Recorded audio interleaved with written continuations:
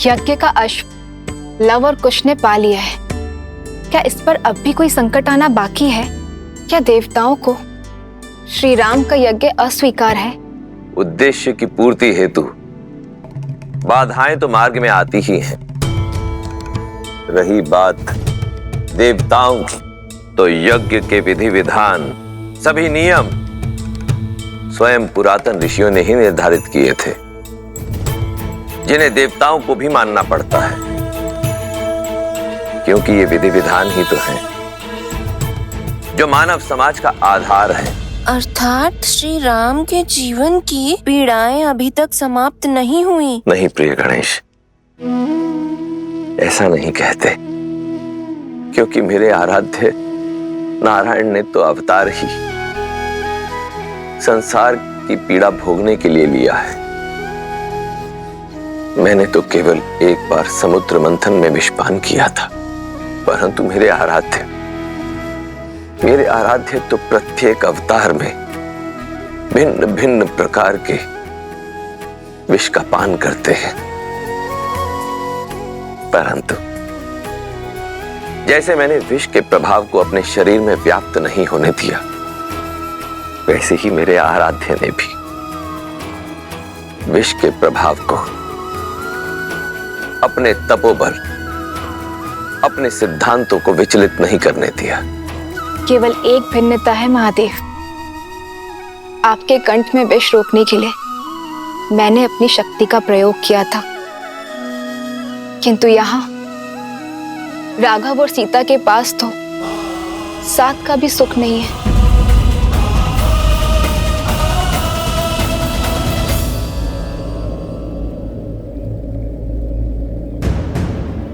मिला क्या? स्वर्ण कमल छोड़िए, मुझे तो साधारण कमल भी नहीं दिख रहा। ठंड के कारण तो कुछ भी दिखाई नहीं दे रहा है। चलो तनिक समीप चलकर देखते हैं।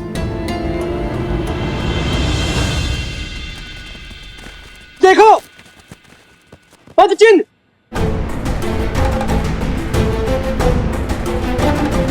अरे अरे रुक जाइए, ये कोई छल है।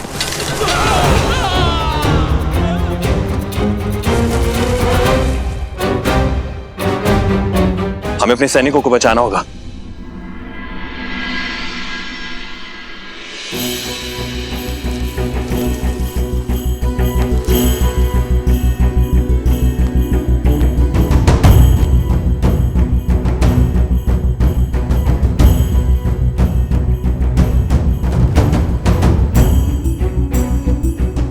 यहाँ भी नहीं है।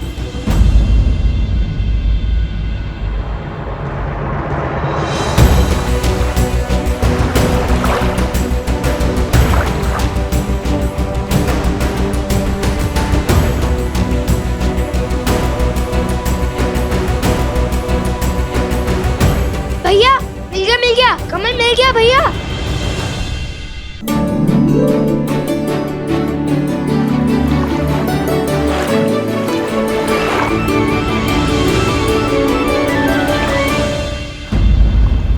हाँ, कमल तो है, किंतु स्वर्ण कमल नहीं। आज सोम हमारे साथ नहीं है, तब भी दुर्भाग्य हमारा पीछा ही नहीं छोड़ रहा। हाँ,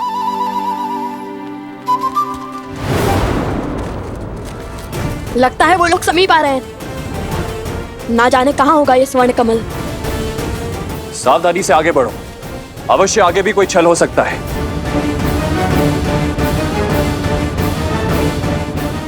कुछ कहीं हम कुछ भूल तो नहीं रहे?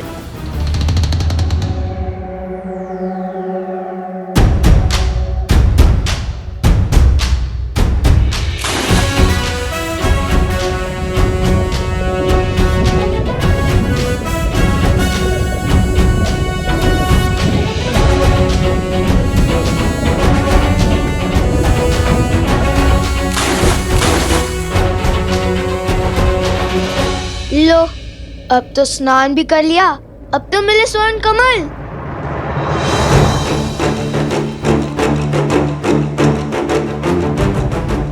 भैया ये आने वाले हैं, चलिए पानी के भीतर छुप जाते हैं। ऐसे कब तक छुपेंगे कुश? और यदि वो भी जल में उतर गए तो? अब ये सोचो कि हम चूक कह रहे हैं। और यदि भगवान वाल्मीकि ने कहा है तो दिव्य स्वर्ण कमल भी तो यही होने चाहिए ना। किसी ने चुरा तो नहीं लिए?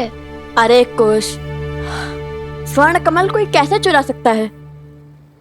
उनके रक्षक तो स्वयं यक्षराज कुबेर हैं, कुबेर।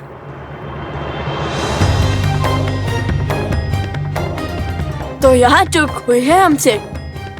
कुबेर मंत्र का जाप करने को कहा था गुरुवर भरद्वाज ने हमें।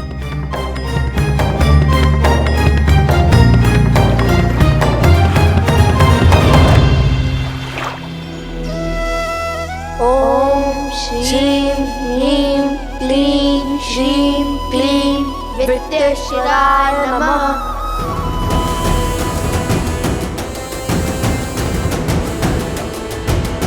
नदी की ओर चलिए।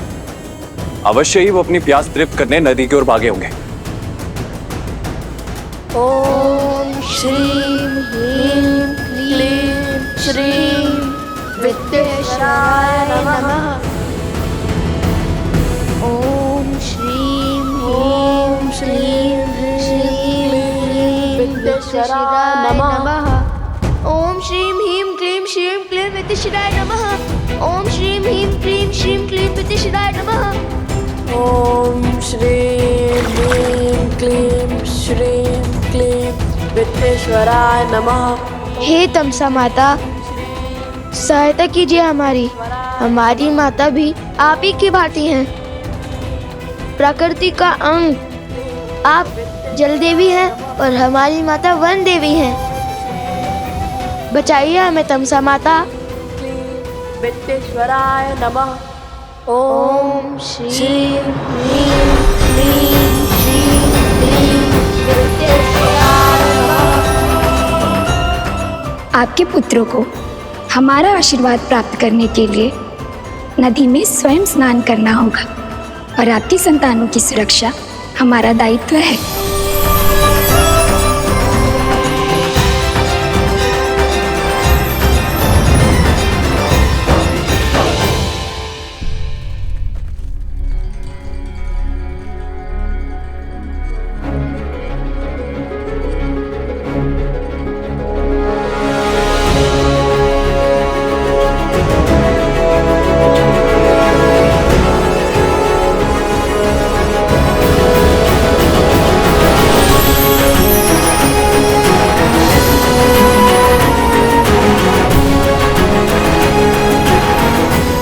भैया देखिए,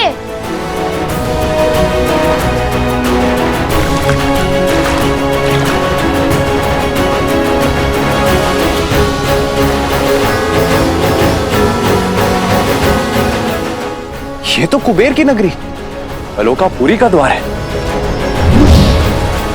यक्षराज कुबेर, उन ऋषि कुमारों ने अयोध्यापति महाराज श्री राम के अश्वमेध यज्ञ के अश्व को रोकने का दुस्साहस किया है।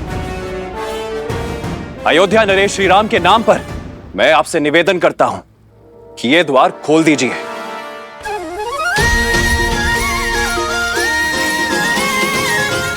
ये तो अवश्य ही यक्षराज कुबेर की नगरी आलोकपुरी लगती है। ठीक वैसा ही है ना, जैसा हमारे गुरुवर ने पढ़ाया था। भैया महल का द्वार खुल चुका है, चलो भीतर चलते हैं। यदि कोई मिला तो उनसे स्वर्ण कमल का पता पूछ लेंगे।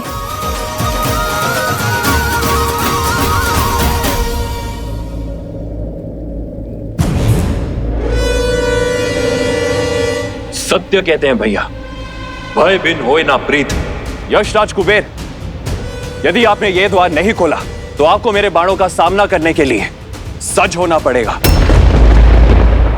और स्मरण रहे, इक्ष्वाकु वंशजों के बाण कभी भी खाली नहीं गए हैं।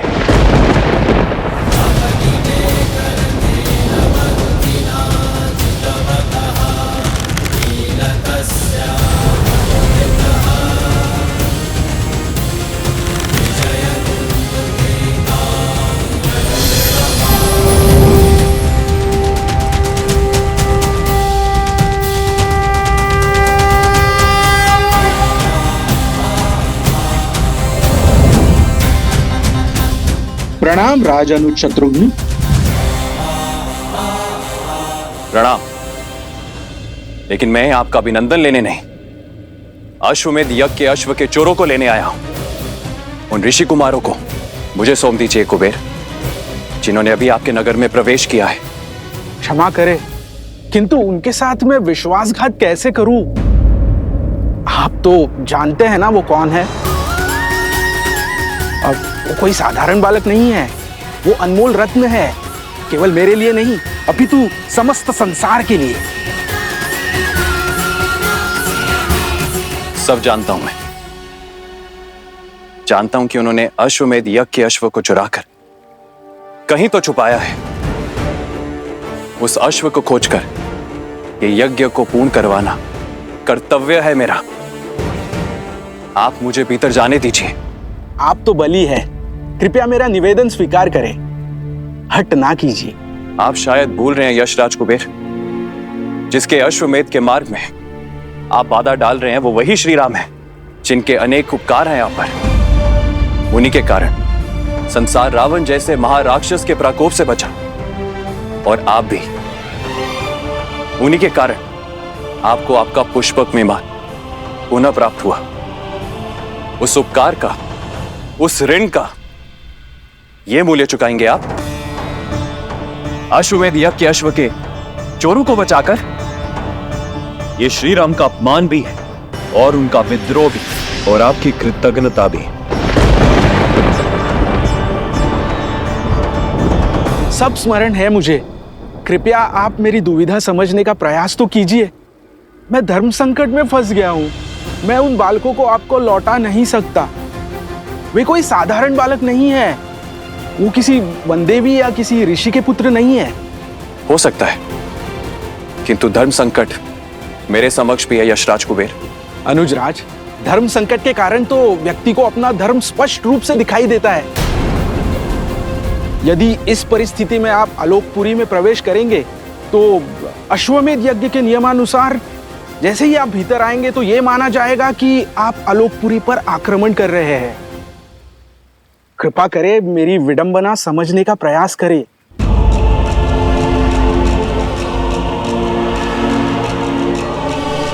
ठीक है, खेलिए दाव, पर भूलिएगा मत, चोर का सहायक भी चोर ही होता है कुबेर। वो बालक अधिक समय तक आपके संरक्षण में नहीं रहने वाले हैं। शीघ्र ही उन बालकों को महाराज श्री राम का सामना करना होगा। उस क्षण की प्रतीक्षा तो समस्त संसार को है।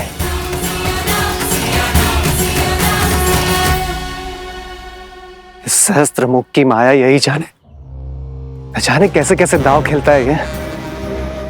मेरा मन तो कहता है कि अभी इस अश्व को मारकर अपने प्रतिशोध की धधकती ज्वाला को बुझा लूं।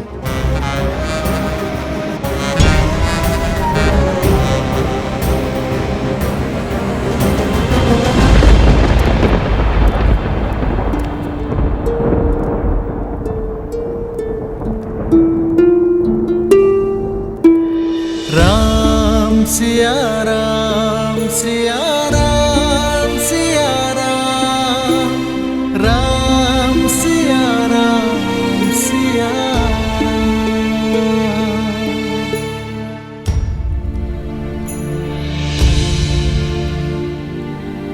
ओम ब्रह्मदेवाय नमः।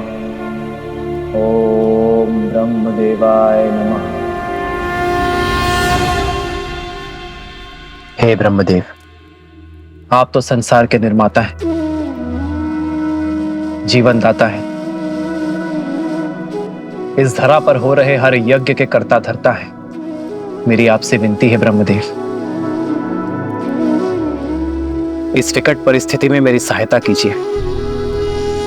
ये राम सीता के सिवाय और किसी का नहीं हो सकता।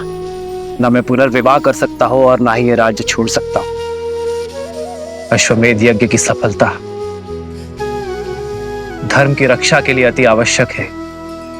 जो मूरत मेरी सीता की सूरत है, जो इस यज्ञ के लिए मंत्र नहीं पढ़ पाई, यदि देवता उससे रुष्ट है तो यह यज्ञ असफल हो जाएगा ब्रह्मदेव। धर्म हार जाएगा। मेरी सहायता कीजिए ब्रह्मदेव।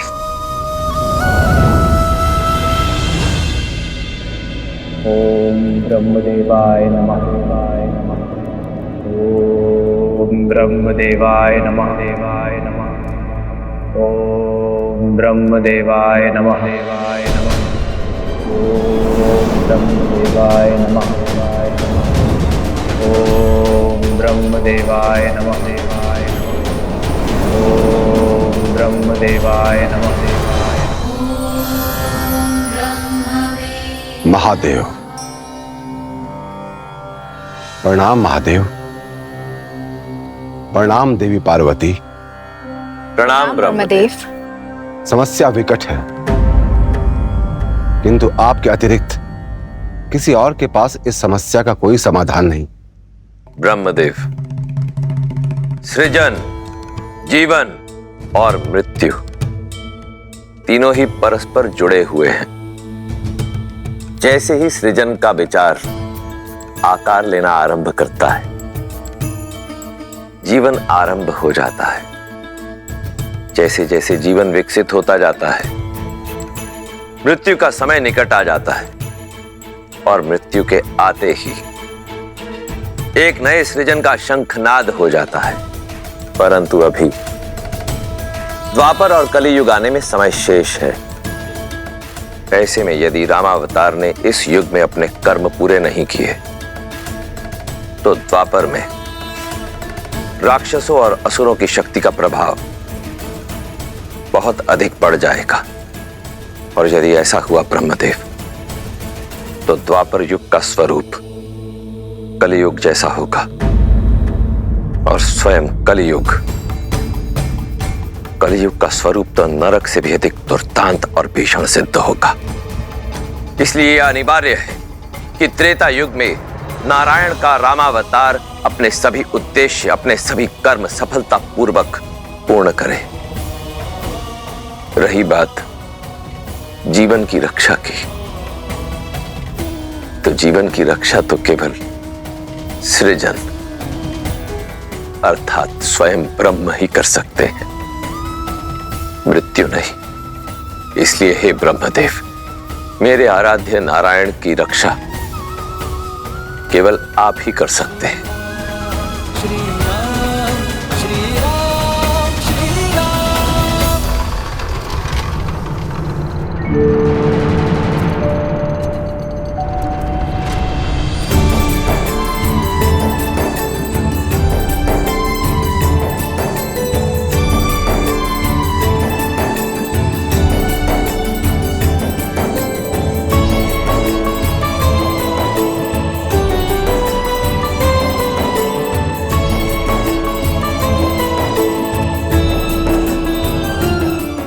अद्भुत, ये महल तो पूरा स्वर्ण से बना है।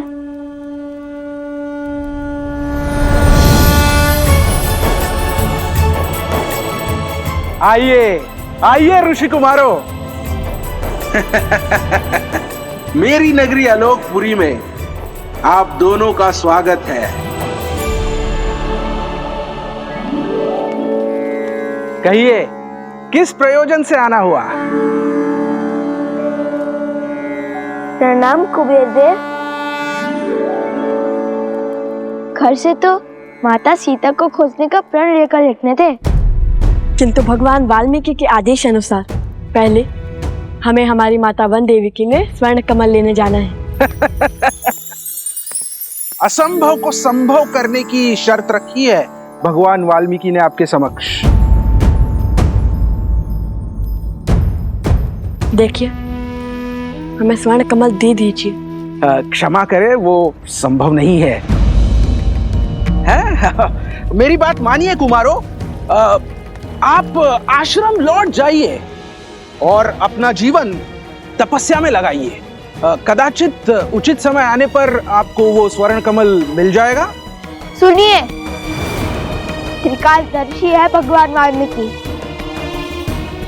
यदि उन्होंने हमें स्वर्ण कमल लाने के लिए कहा है तो वो हमारे माता सीता तक पहुंचने का मार्ग बनेंगे। विनती कर रहे हैं, दे दीजिए स्वर्ण कमल, अन्यथा बल से छीन लेंगे।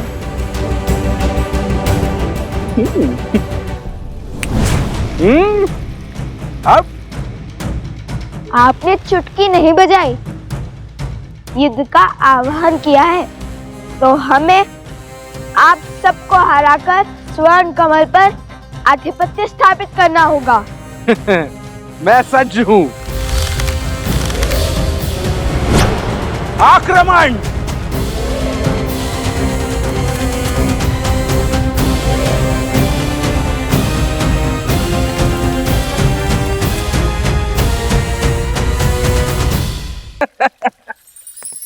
असंभव को संभव करने की शर्त रखी है भगवान वाल्मीकि ने आपके समक्ष। वैसे कुमारों, मैंने वो स्वर्ण कमल आपको दे भी दिया तो उसे कोई देख नहीं पाएगा। क्या? क्यों? वो ऐसे कि इस ब्रह्मांड में अनगिनत दिव्य वस्तुएं होती है, क्या वो सभी हमें दिखाई देती है? नहीं ना? ठीक उसी प्रकार आप जानते हैं, एक काल था जब ये द्वार सभी को दिखाई देते थे। वो समय था सत्ययुग।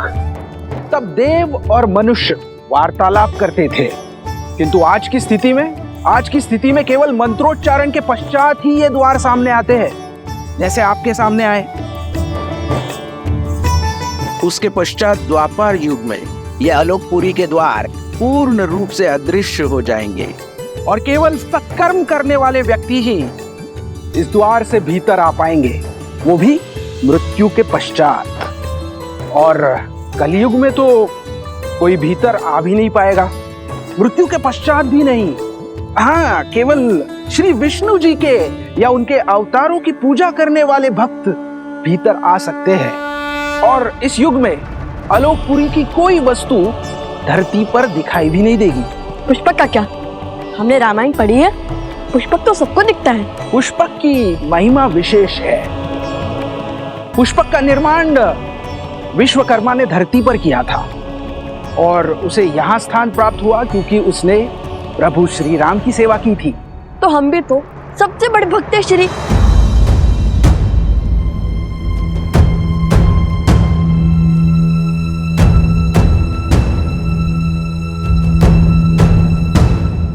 देखिए, हमें स्वर्ण कमल दे दीजिए। हमारे भगवान वाल्मीकि के आदेश का उल्लंघन नहीं कर सकते। क्षमा करें, वो संभव नहीं है। मेरी बात मानिए कुमारों, आप आश्रम लौट जाइए और अपना जीवन तपस्या में लगाइए। कदाचित उचित समय आने पर आपको वो स्वर्ण कमल मिल जाएगा।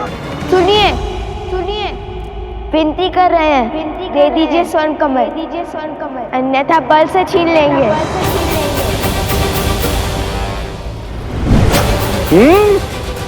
अब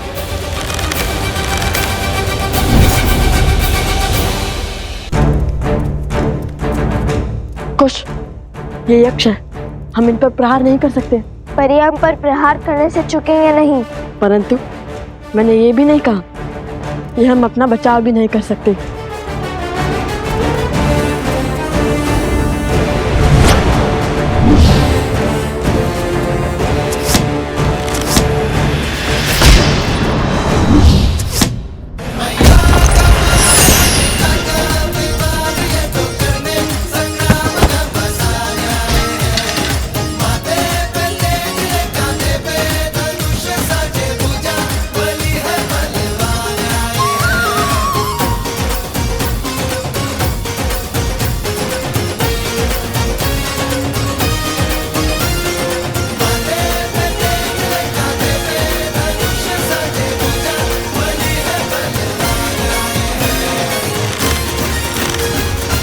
शांत हो जिया। अब यदि हम चाहे तो आपको और आपकी सेना को हमारे बाणों से चलनी भी कर सकते हैं, परंतु करेंगे नहीं। हमें स्वर्ण कमल दे दीजिए और ये अध्याय यही समाप्त कीजिए। इतनी शीघ्रता क्या है?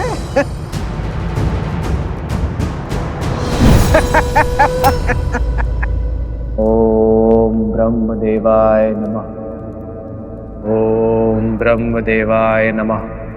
एक किरण जो अपने प्रकाश से उन्हें जीवन देती है, सोए हुए मन में ऊर्जा भरती है। सीते, आप मेरे वही सूर्य हैं, हमें एक होने से कोई नहीं रोक सकता। यदि सीता के प्रति मेरा प्रेम,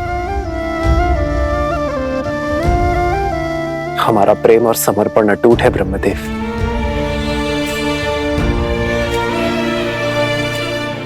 तो सीता की ये प्रतिमा जो मेरे लिए जीवंत है, संसार के लिए भी उसे प्राणमान कर दीजिए ब्रह्मदेव।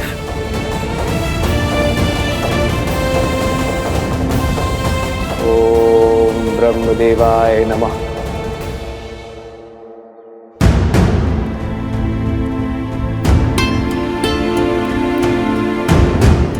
क्या हुआ वन देवी, कुछ चिंतित लग रही हैं आप? मन विचलित था तो सोचा ऋषि भारद्वाज से मिल लो, किंतु गुरु माँ वो ना तो अपने कुटीर में है और ना ही ध्यान क्षेत्र में।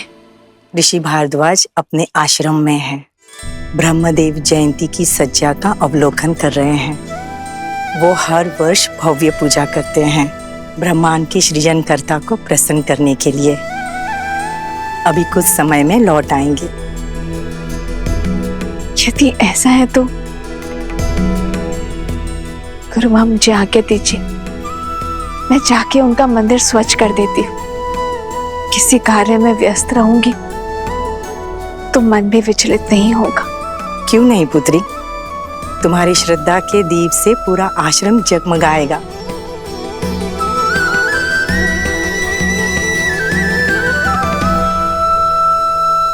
आपने आपके सामर्थ्य का प्रमाण तो दे दिया, अब बारी है ज्ञान का प्रमाण देने की। बड़े हट्टी हैं आप यक्षराज, देते हैं अब अपने ज्ञान का प्रमाण। पूछिए, क्या पूछना है? तो मेरा पहला प्रश्न, वो कौन सी अनमोल वस्तु है जो व्यक्ति दूसरे को दे भी सकता है और देने के पश्चात वो वस्तु उसके पास रह भी जाती है?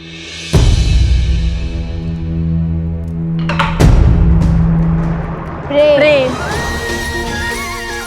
प्रेम बांटने से घटता नहीं है, कभी कभी दुगना लौट कर भी आता है। अति उत्तम। अब दूसरा प्रश्न, साहसी व्यक्ति के लिए सबसे कठिन कार्य कौन सा होता है? कर्म करना या कर्म से बचना?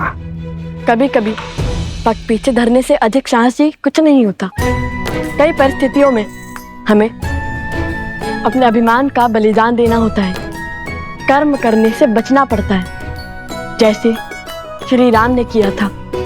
यदि वो चाहते तो एक ही बार में रावण को हरा माता सीता को ले आते, किंतु उन्होंने अभिमान का नहीं धर्म का पथ चुना।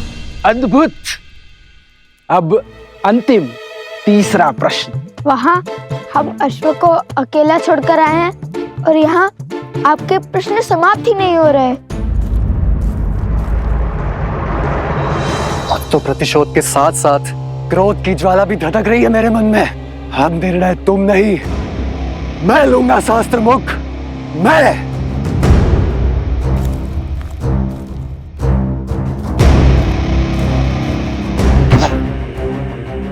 इतने वर्षों में कुछ भी नहीं कर पाया वो शास्त्र मुख रावण, और तो और अपने ही पुत्रों के प्राण लील गया। जो स्वयं सफल ना हो सका वो मुझे क्या निर्देश देगा?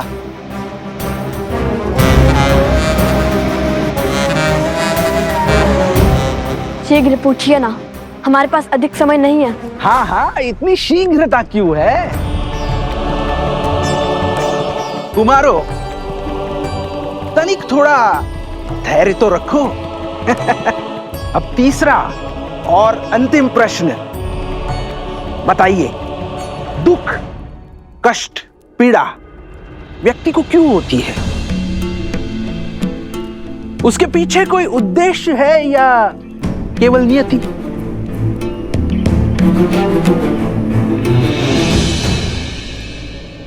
जिस प्रकार अग्नि इस बाती को जलाती है, किंतु इतना कष्ट सहने के बाद भी बाती अग्नि का साथ नहीं छोड़ती, उसी प्रकार श्रद्धा हृदय को पीड़ा तो दे सकती है, किंतु इसका अर्थ ये नहीं है कि तुम श्रद्धा का ही त्याग कर दो। पीड़ा, ये पीड़ा ही तो है जो आत्मा को ज्ञान का प्रकाश देती है। पीड़ा हमारे जीवन को साकार करती है। पीड़ा हमारे चरित्र को आकार देती है। कठिनाइयाँ और संघर्ष हमारे शिक्षक हैं। पीड़ा व्यक्ति के व्यक्तित्व को प्रकाशित करती है। ठीक उसी प्रकार जिस प्रकार बाती स्वयं जलकर अंधेरे कक्ष को जगमग करती है।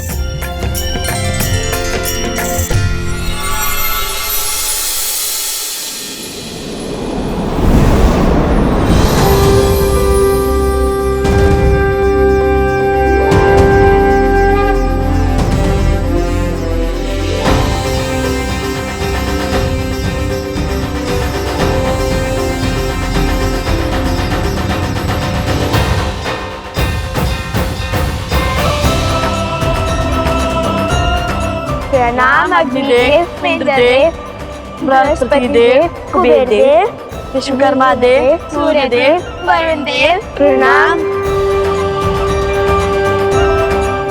आयुष्मान भव पुत्र, आप दोनों अपनी परीक्षा में निपुण हुए और यह सिद्ध कर दिया कि आप दोनों केवल बल में ही नहीं अपितु बुद्धि से भी धनी हैं। हमें देखना चाहते थे कि आप ये दुर्लभ स्वर्ण कमल पाने योग्य हैं भी या नहीं। अरे फिर तो ये प्रश्न सबसे पहले पूछना चाहिए था यक्ष राज कुबेर जी को। हम उसी क्षण उत्तर दे देते। हमारा इतना समय तो व्यर्थ ना होता। जानते हैं कितना दायित्व है हमारे कंधों पर। तो अब हमें अपने भूल की भरपाई करनी होगी। हम आपके बल और बुद्धि दोनों से अति प्रसन्न हैं। उपहार और आशीर्वाद स्वरूप कुछ दिव्य अस्त्र स्वीकार कीजिए। आपको शीघ्र ही इनकी आवश्यकता पड़ेगी। आप दोनों जब चाहे इन अस्त्रों का आवाहन कर सकते हैं।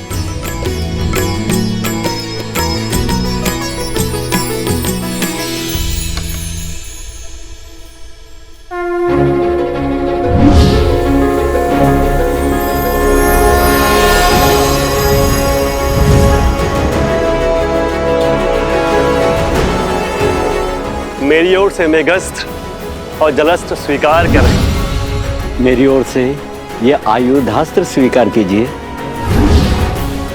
और मैं देवराज इंद्र तुम्हें अग्नि भेदास्त्र प्रदान करता हूं। और ये यमदेव का खड्ग मैं प्रदान करता हूं।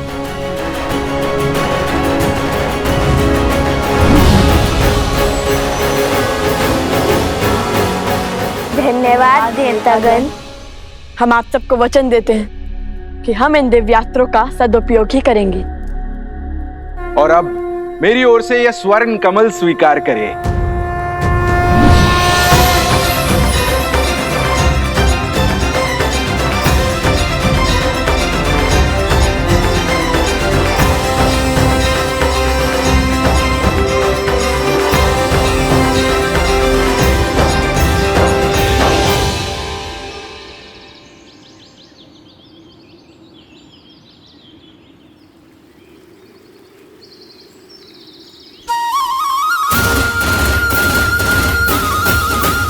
धन्यवाद कुबेर देव। भैया माता कितनी प्रसन्न होगी ना ये सुनकर कि हमने इतने सारे दिव्य अस्त्र पा लिए।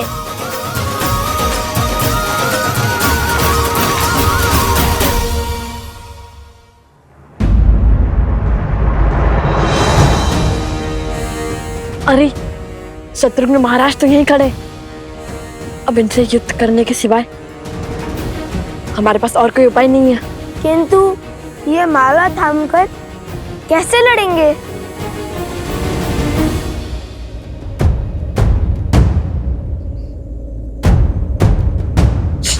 धीरे बोलो। देखो हम ही देख नहीं पा रहे। दृष्टिहीन सैनिक?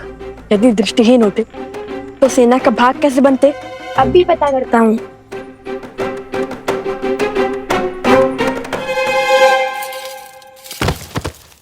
कौन है वहां? तुम्हारा काल।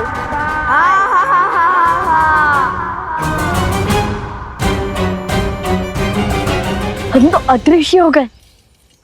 ये शक्ति किस देवता ने दे दी हमें?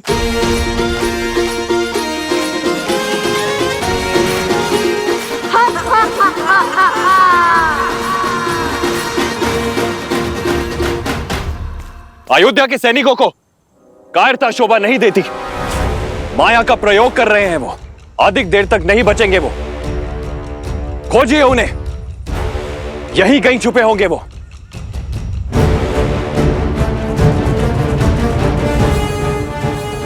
शीघ्र निकलते हैं यहाँ से।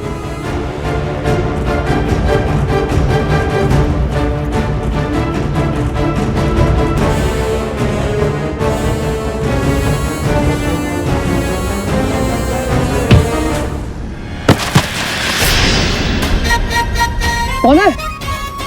कौन है?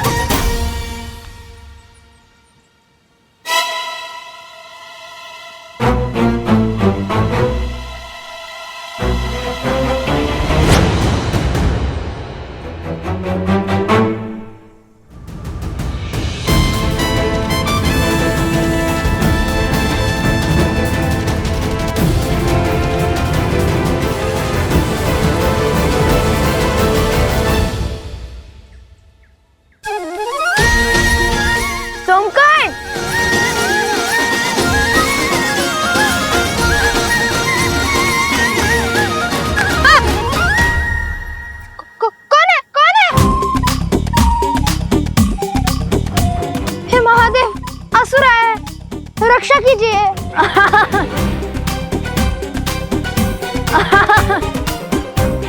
कुश, भ्राता लव? नहीं कुश, हम ही हैं सोमकरण। सच में? किंतु आप है कहाँ? हम तुम्हारे सामने हैं।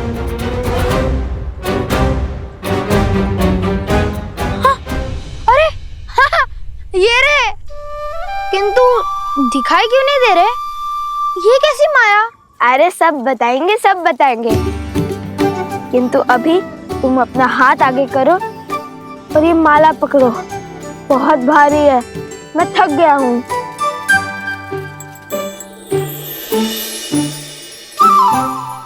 अरे सोमकर्ण, तुम तो अदृश्य हो गए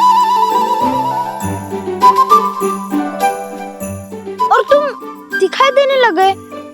ये कैसे हुआ? अर्थात ये कोई दिव्य शक्ति नहीं, इस दिव्य स्वर्ण कमल की माया है। अरे लाओ लाओ सोमकर्ण, बस अब हो गया। अब मेरी थकान दूर हो गई।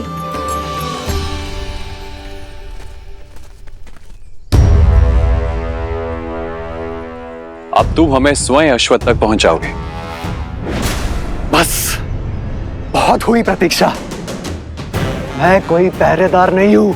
मैं अभी इस अश्व को मारकर अश्वमेध का अंत कर दूंगा और असुरों के सर से धर्म की तलवार सदा के लिए हटा दूंगा।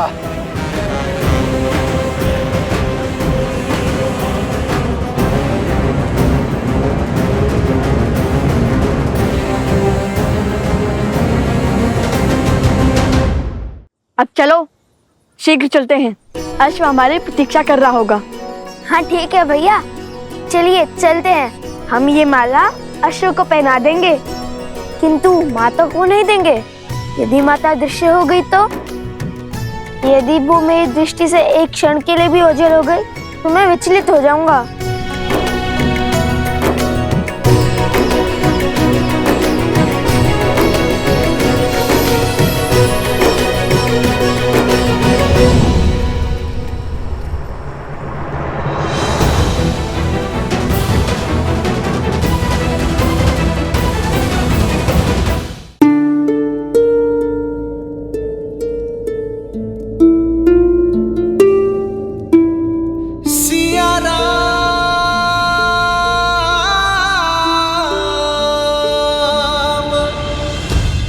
श्री राम, श्री राम।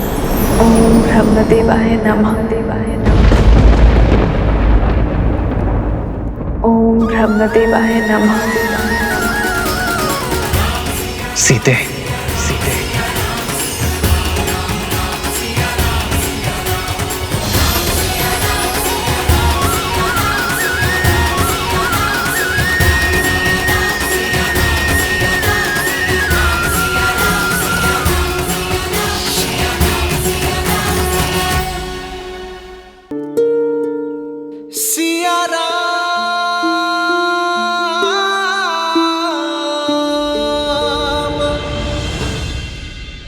देवी सीता,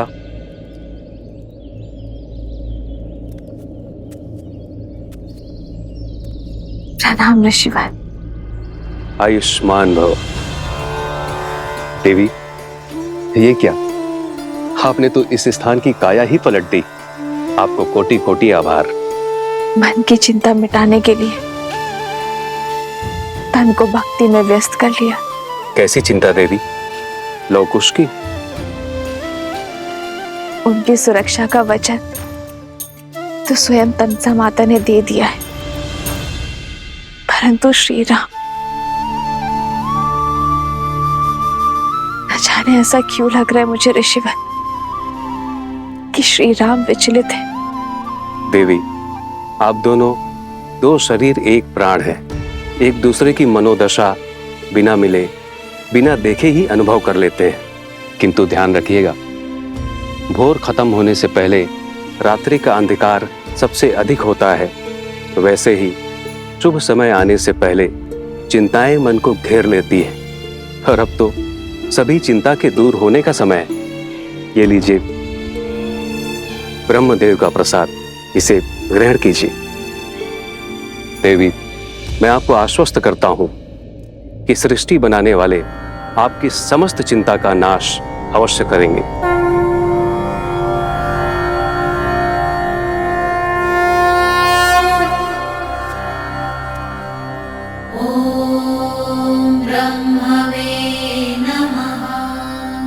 ओम ब्रह्मदेवाय नमः।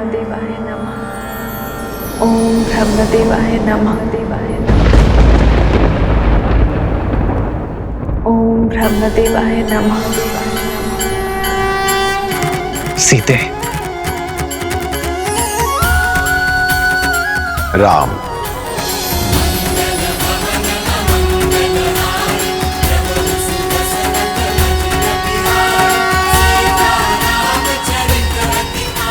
ब्रह्मदेव,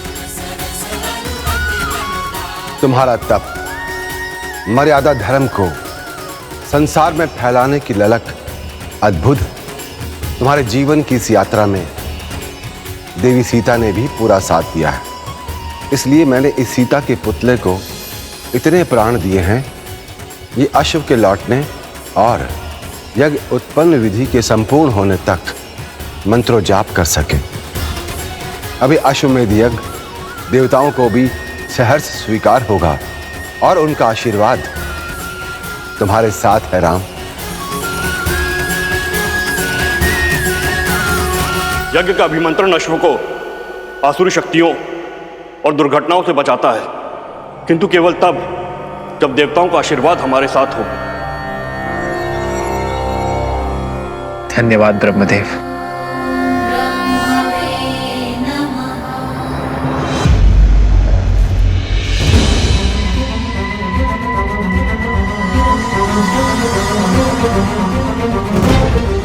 राम की हार और तुम्हारे नाश का समय आ गया अश्व।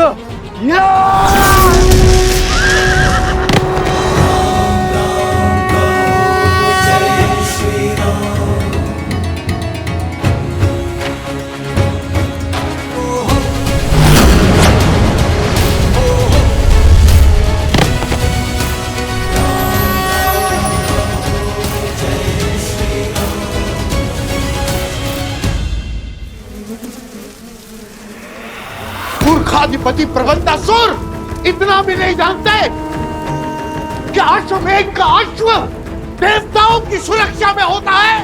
असुरों का संहार देवताओं और मनुष्यों के सामर्थ्य से नहीं, असुरों की मूर्खता से ही हो जाएगा।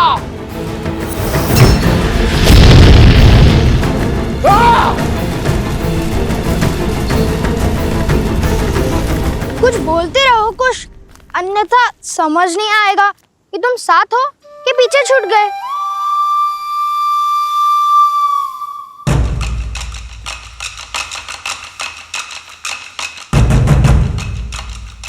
ऋषि कुमारों,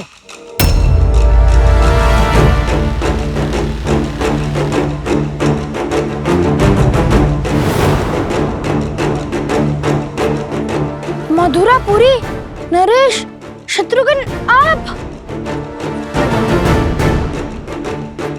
सच हो जाओ। इनसे युद्ध करे बिना हम आगे नहीं बढ़ सकते। मैं यहां यज्ञ का अश्व लेने आया हूं, चुपचाप उसे मुझे सौंप दो। वचन देता हूं मैं तुम्हें कि तुम्हें कुछ भी नहीं होगा। बड़े दयालु हैं श्री राम, क्षमा कर देंगे तुम्हें। सोम करें, माला संभालो।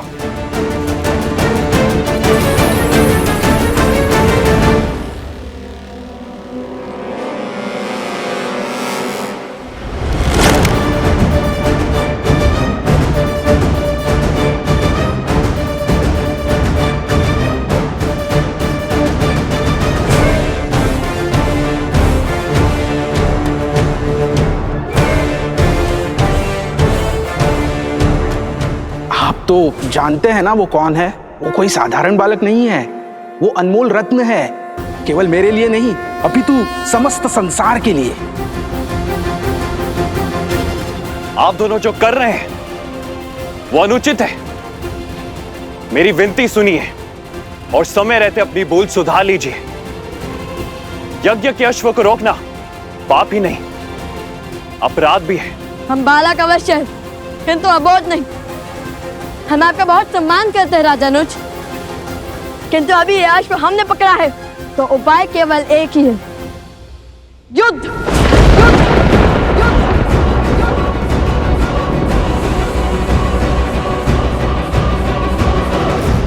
नीति शास्त्र कहते हैं कि व्यक्ति को स्वयं अपनी शक्ति, वास्तविकता से अधिक और दूसरों का प्रेम अपेक्षा से कम ही लगता है।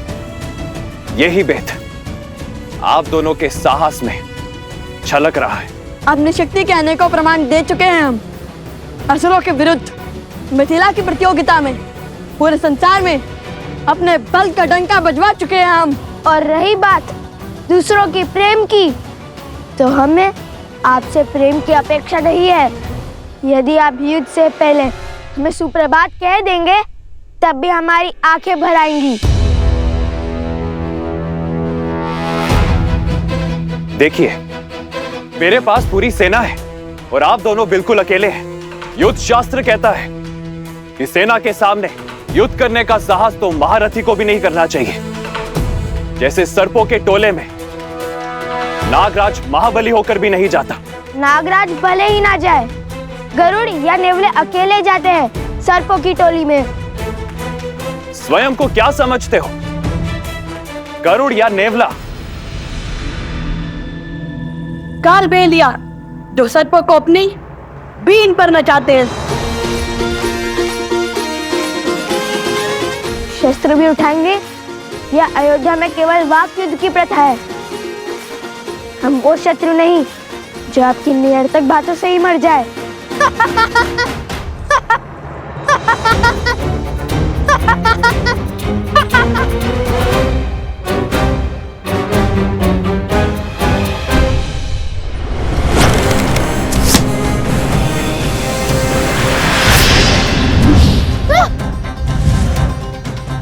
आप दोनों शत्रु नहीं, अपराधी हैं।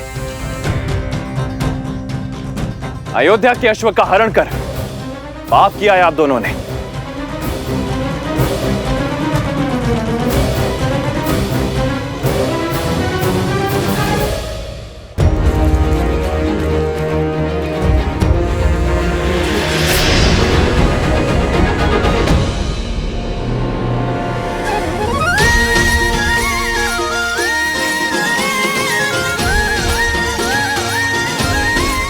धन्यवाद मित्र सोमकर्ण।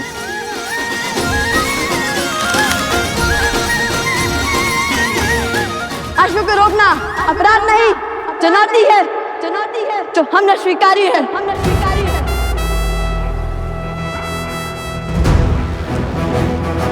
कुश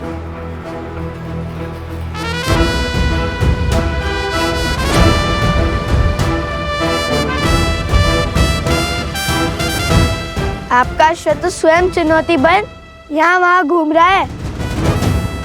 हमने आपकी चुनौती स्वीकार कर कोई पाप किया है? चुनौती राजाओं के लिए है, ऋषियों के लिए नहीं।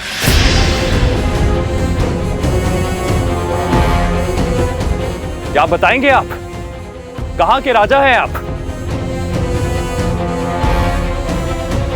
राजा ना होकर अश्व को रोकना अपराध की श्रेणी में ही आता है। ऐसा तो कहीं नहीं लिखा है।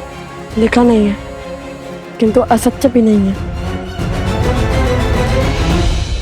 ये हमारे राजा हैं। मेरे ज्येष्ठ भ्राता अवसरा ने इनका राज्याभिषेक किया है।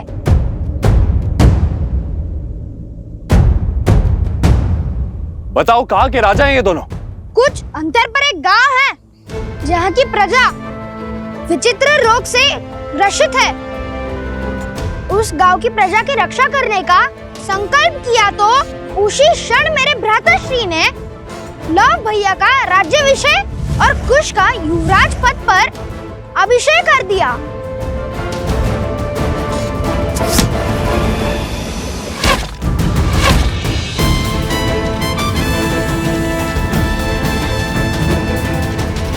राजा नच, युद्ध में असावधान होना सबसे बड़ा अपराध है।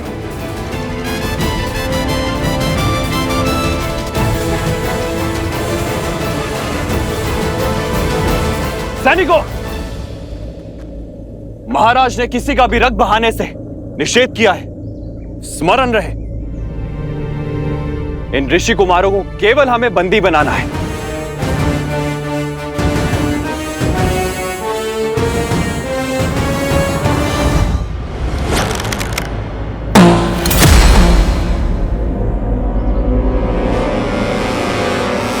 सावधान ऋषि कुमारों, यह मेरी अंतिम चेतावनी है। अब अस्त्र उठाने से पहले ना वाद होगा ना विचार।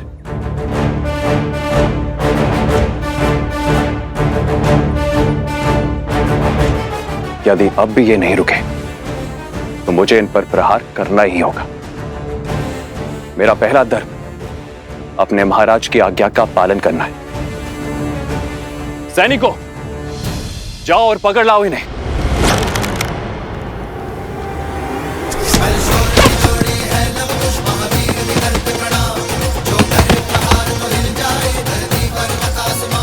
दिव्यास्त्र, दिव्यास्त्र।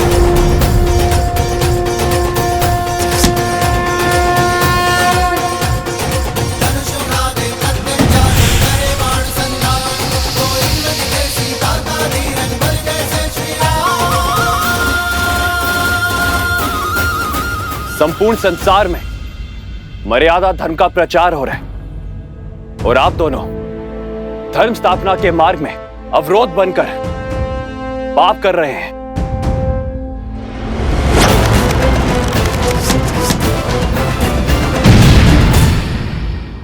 सुन रहे हैं भैया? राज अनिल शत्रुघ्न मर्यादा धर्म की बात कर रहे हैं। इस राज्य की प्रजा को स्त्री के सुखों का, सुरक्षा का, सौभाग्य का बलिदान मांगकर संतोष दिया जाता है। वहाँ कैसा राजधर्म?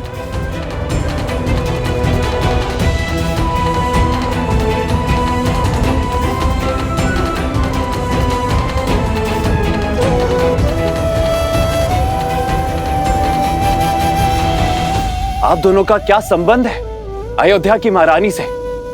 संबंध है भक्ति और भाव का संबंध। हमने राम कथा पढ़ी है, श्री राम और माता सीता की पूजा की है। और यदि हमारी माता के बाद कोई है जिसमें हमें ममता दिखती है तो वो माता सीता है। क्या रक्त के संबंध से श्रद्धा का संबंध अधिक महान नहीं होता?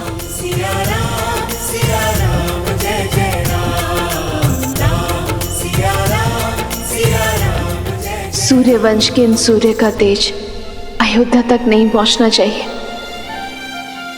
आप किसी से कुछ नहीं कहेंगे भैया।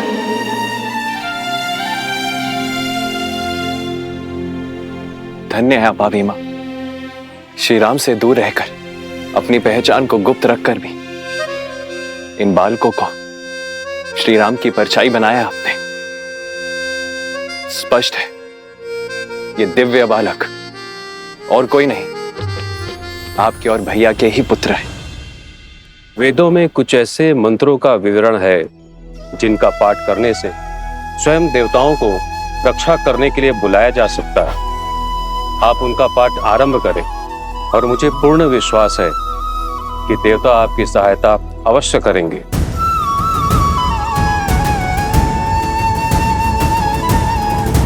मैं आपको वो वेद मंत्र बताती हूँ वन देवी।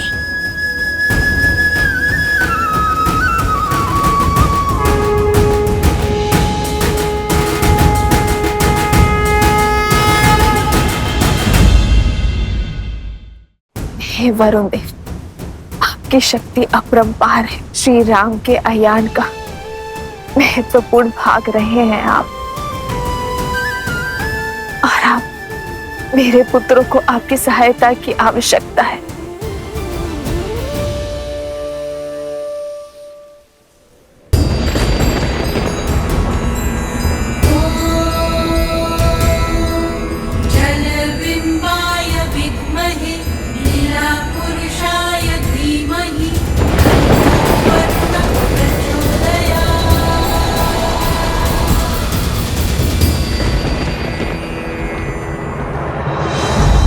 मुझे जाने की आज्ञा दीजिए भैया।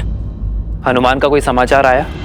पवन पुत्र हनुमान पधार रहे हैं। जय जय पवन पुत्र हनुमान। प्रणाम प्रभु।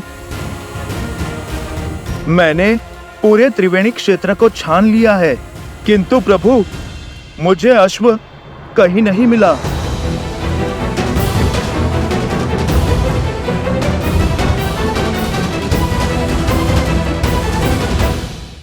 प्रभु शत्रुघ्न सेना ने भी अपना पथ बदल लिया है। प्रभु मुझे लगता है वो किसी युद्ध में उलझ गए हैं। महाराज, हमें तुरंत सेना भेजनी चाहिए। भरत भैया, अभी पूरी सेना भेजने की आवश्यकता नहीं है।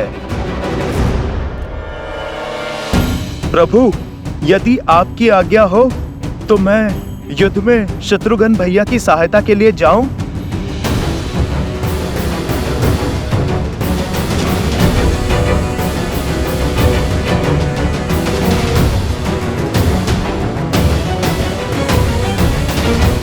प्रभु यदि आपकी आज्ञा हो तो मैं युद्ध में शत्रुघ्न भैया की सहायता के लिए जाऊं। जाओ हनुमान, किंतु स्मरण रहे युद्ध में कोई अनावश्यक रक्तपात ना हो।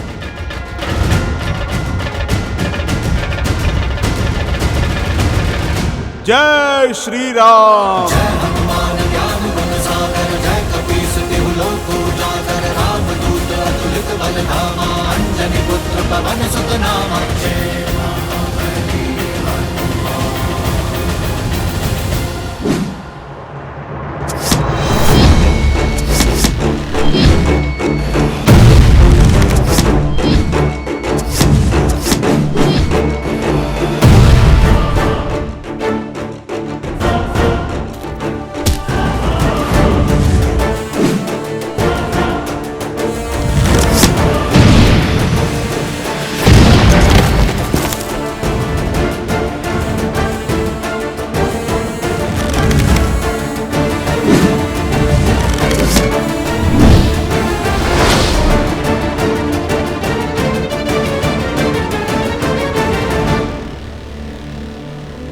मुझे इन्हें सम्मोहन अस्त्र से बेसुध करना होगा।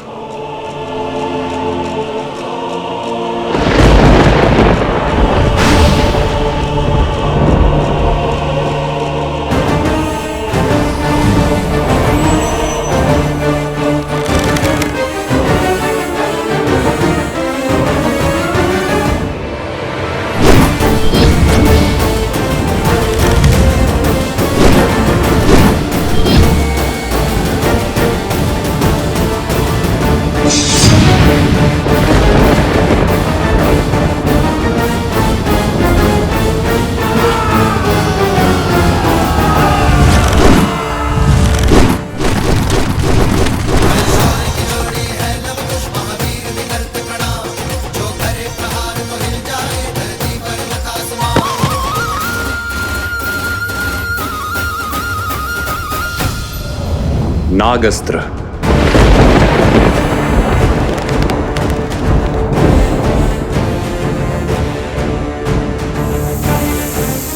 अपनी कुंडली मैंने बांध लीजिए नाग देवता, और कोई हानि नहीं पहुंचाए। सुनो, तुम इन सैनिकों को संभालो, मैं इस अस्त्र का उत्तर देता हूं।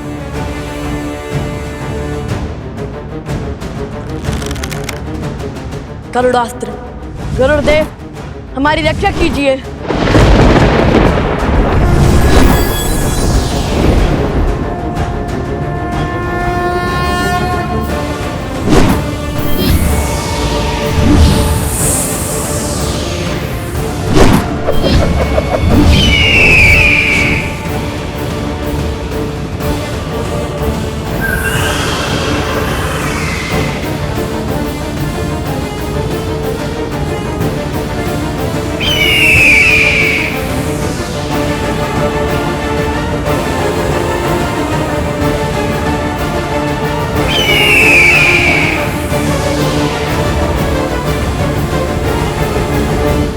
सैनिक, मेरे अस्त्र से बचकर तो दिखाओ।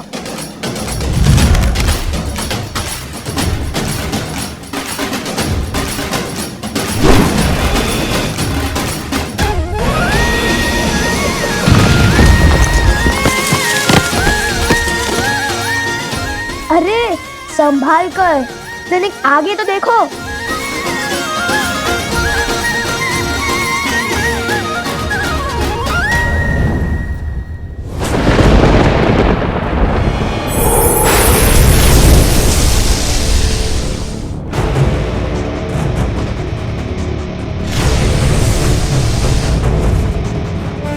लगता है ये वरुणास्त्र चला रहे हैं। वरुण देव, अपनी कुंडली में इन बालकों को बांध लीजिए।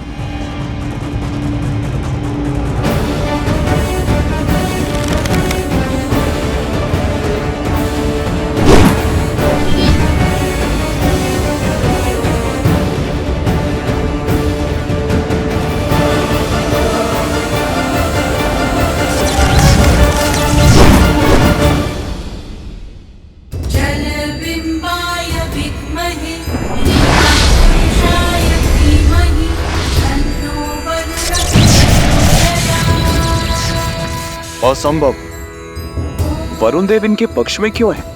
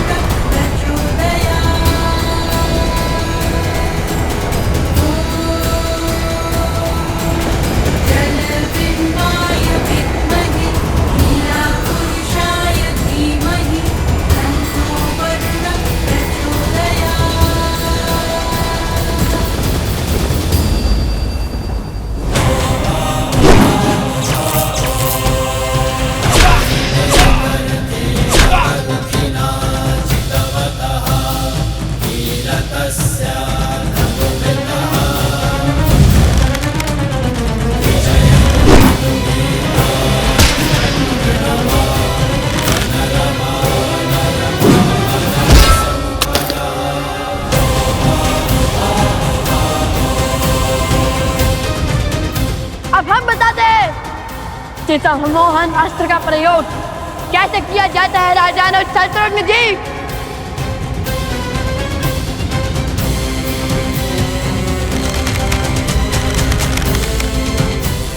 इस पराजय ने जितना संतोष मुझे दिया है, उतना आज तक मुझे किसी विजय ने नहीं दिया।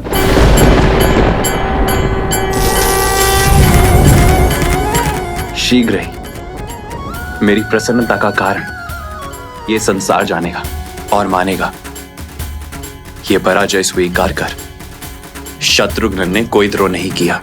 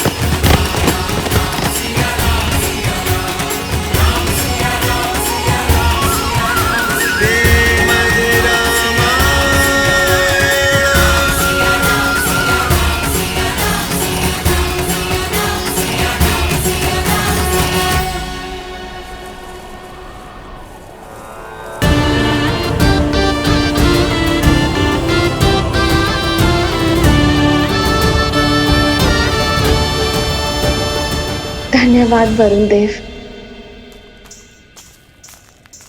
सोमकांत, तुम कहाँ हो? कहीं दिखाई ही नहीं दे रहे। मैं तो कब से आना चाहता हूँ, किंतु ये स्वर्ण कमल है ही इतना भारी कि मैं चल ही नहीं पा रहा।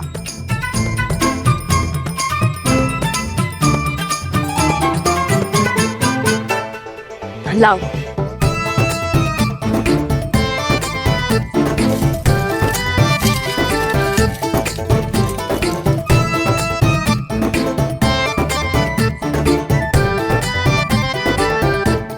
तुम कितने भोले हो सोमकर्ण। स्वयं अदृश्य होने के स्थान पर अश्व को अदृश्य कर दिया होता। किसी अदृश्य अश्व के पीछा कैसे किया जा सकता है?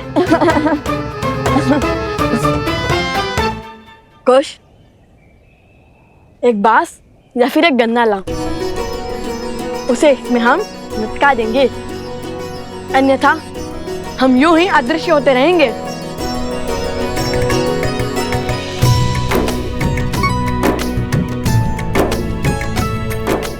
सोमकर्ण, तुमने असत्य कहा है कि हमारा राज्याभिषेक हुआ है, किंतु अब उस असत्य को सत्य बनाना होगा हमें। अयोध्या से अन्य कोई सेना आए उससे पहले हमें वो औषधि खोजनी होगी और उन गांव वालों को उनके रोगों से मुक्त कराना है। ये लीजिए भैया।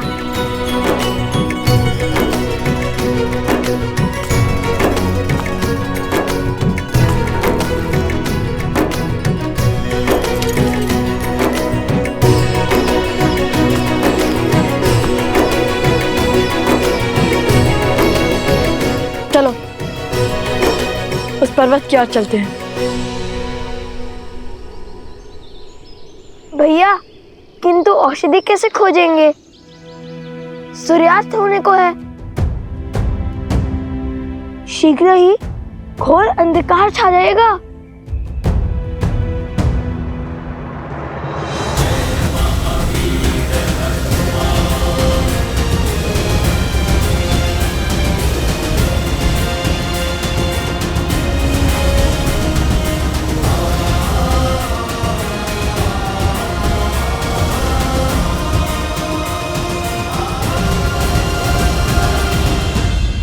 पिताश्री, शत्रुघ्न समझ चुके हैं लव कुश और कोई नहीं, श्री राम और माता सीता के पुत्र हैं और स्वयं उनके भतीजे हैं। किंतु संसार उन्हें इस निर्णय के लिए राजद्रोही क्यों कहेगा?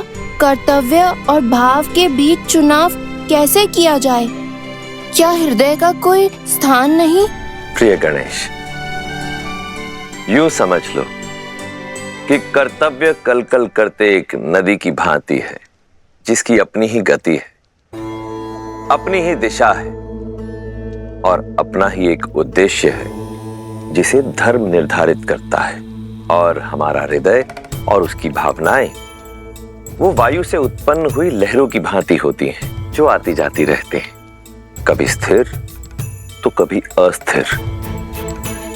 परंतु जब ये लहरें ही नदी की दिशा निर्धारित करने लगे तो नदी अपने पथ से भटक जाती है। भाव हमें अपने अधीन कर कर्तव्यों से विमुख कर देता है। हाँ पुत्र, तुम्हारी माता का कहना सर्वथा उचित है और ऐसे में कर्तव्य ही है जो हमें बल देता है।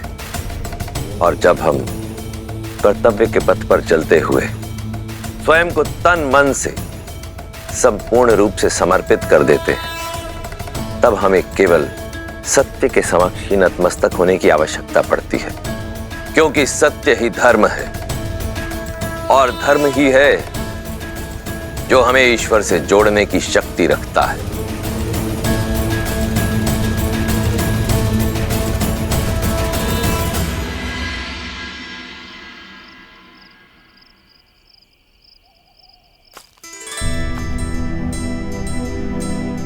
अब जब तक हम ना लौटे तुम यही रहना। हम एक और वचन निभा कर आते हैं। उन गांव वालों की रक्षा के लिए पर्वत से औषधि लाती है।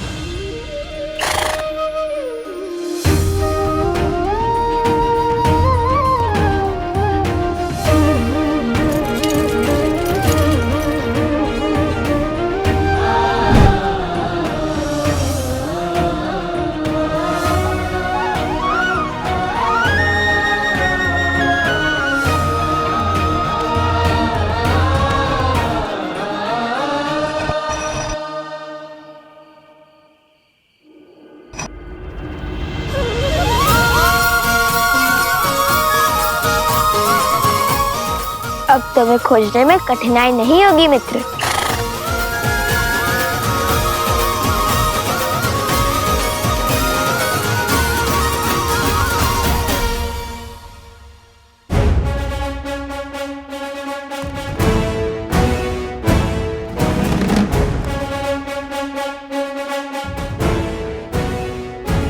भैया, गांव की रक्षा के लिए हरित ऋषि पहुंच गए होंगे और हमारी प्रतीक्षा कर रहे होंगे, किंतु यदि ऊपर अनेक वनस्पति हुई तो हम उनमें से एक जड़ी बूटी कैसे पहचानेंगे?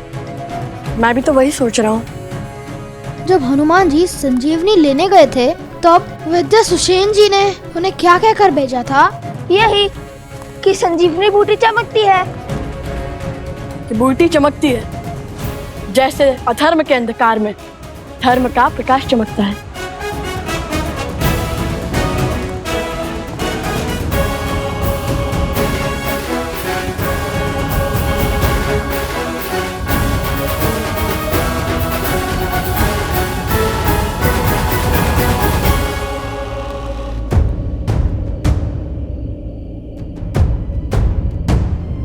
लो, यहाँ तो कई बूटी चमक रही हैं।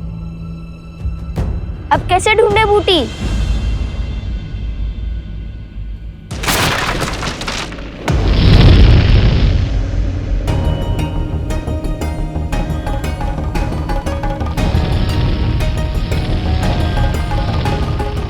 इससे पहले कि समय हाथ से फिसल जाए, मुझे स्वयं जाकर वो दुर्लभ जड़ी बूटी लानी होगी,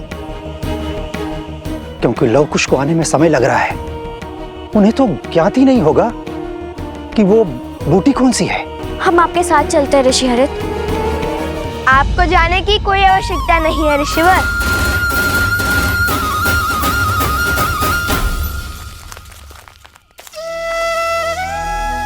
लव कुश भी आ गए और आपके लिए जड़ी बूटी भी। चाहिए ना आपकी वो दुर्लभ जड़ी बूटी? हाँ, यही वो बूटी है। किंतु लव कुश, तुम्हें जड़ी बूटी कैसे पहचानी? बताएंगे बताएंगे।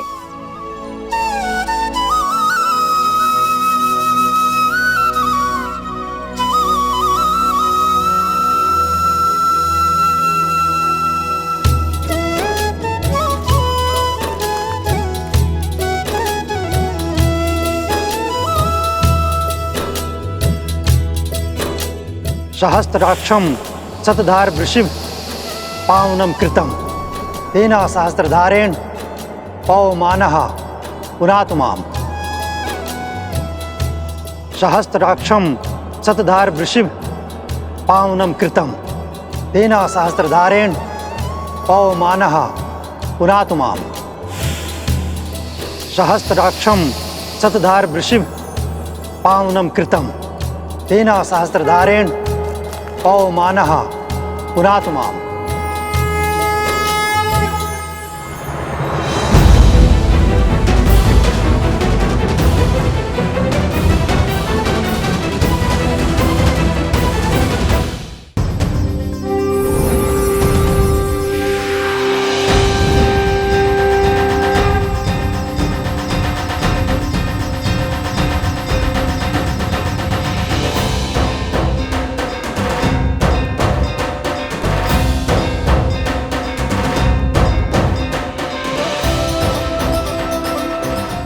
मैं निरोगी हो गया, मेरा रोग भी ठीक हो गया, हम सब स्वस्थ हो गए। धन्यवाद ऋषिवर, आपके कारण। मेरे कारण नहीं, ये सब तो लवकुश ने किया है। धन्यवाद। आप दोनों का कोटि कोटि धन्यवाद। आप दोनों ने अपने प्राणों को संकट में डालकर हमारी सहायता की। आपका साहस और सामर्थ्य सदैव बना रहे। आप दोनों इस संसार के लिए एक उत्तम उदाहरण बन के उभरे। हम केवल मुख से ही आपको धन्यवाद कह सकते हैं, क्योंकि आपको देने के लिए हमारे पास कुछ भी नहीं है। हमें बताइए ऋषि कुमार, आपको क्या चाहिए? हम आपका कर कैसे चुकाएं? हमें कुछ भी नहीं चाहिए। हमें जो उचित लगा, जो धर्म संगत लगा, हमने बस वही किया। और मांगना क्या है वो भी हमें नहीं पता, इसलिए धन्यवाद ही बहुत है। मैं जानता हूँ क्या मांगना है।